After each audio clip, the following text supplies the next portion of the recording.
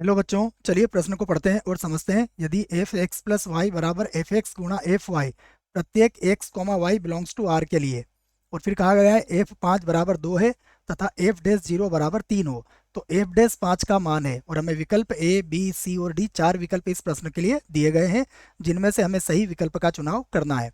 प्रश्न को हल करने से पहले हम प्रश्न के लिए मुख्य अवधारणा लिखेंगे।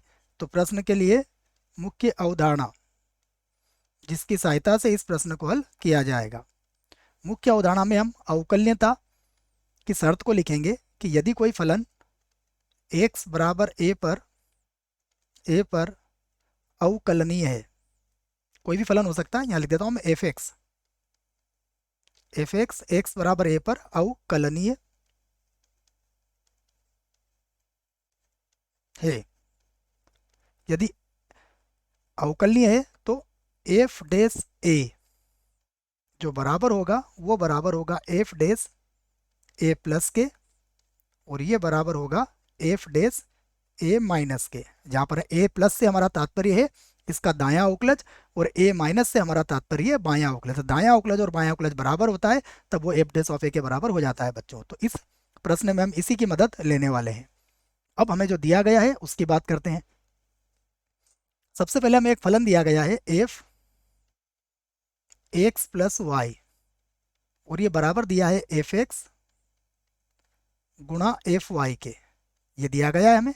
इसके साथ ही दो बातें और दी गई है, उसे भी मैं लिख देता हूँ। हमसे कहा गया है F5, ये किसके बराबर है? 2 के बराबर है। और एफ डैश 0 ये किसके बराबर हुआ? ये 3 के बराबर हो चुका है। ये सारी बातें हमें दी गई है। अब हमें क्या ज्ञात करना है? F dash 5। तो एफ डैश 5 देखिए कैसे ज्ञात करेंगे हम।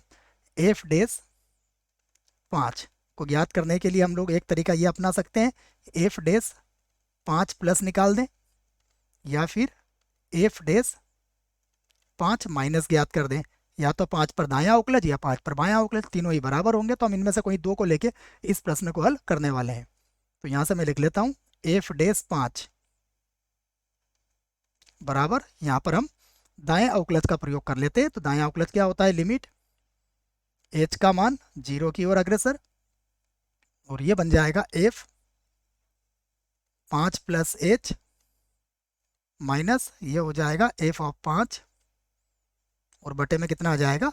बटे में आ जाएगा एच। ठीक है बच्चों, यहाँ पर मैंने दाएं अवकलज को साथ में लिखा है, बाएं को की आवश्यकता नहीं है, 2 से हमारा काम हो जाएगा। आगे बढ़ते हैं। ये है हमारे पास एफ डैश 5 बराबर लिमिट, यहाँ पर एच का मान 0 की ओर अग्रसर है। उसके बाद एफ 5 प्लस एच माइनस कितना है? एफ 5 है जिसको मैं लिख लूँगा 5 प्लस 0, लिखा जा सकता है, बात एक ही है, बटा, और बटे में कितना आ गया? एच। फिर से लिखेंगे इसको, तो ये होगा लिमिट एच का मान 0 की ओर अग्रसर। अब हमें फलन किस रूप में दिया गया है? देखिए, फलन ने कहा है कि अगर x प्लस वाई है तो ये गुणा के बराबर हो जाएगा एफ एक्स गुणा एफ वाई के। तो यही हम यहाँ पर लिख सकते हैं। हम इसे लिख सकते हैं एफ 5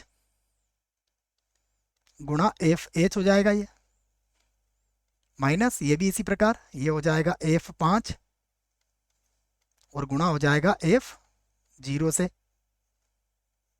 और बटे में कितना लिखा हुआ है? बटे में लिखा हुआ है एच। यहाँ से F5 को कॉमन लिया जा सकता है, हम कह सकते हैं।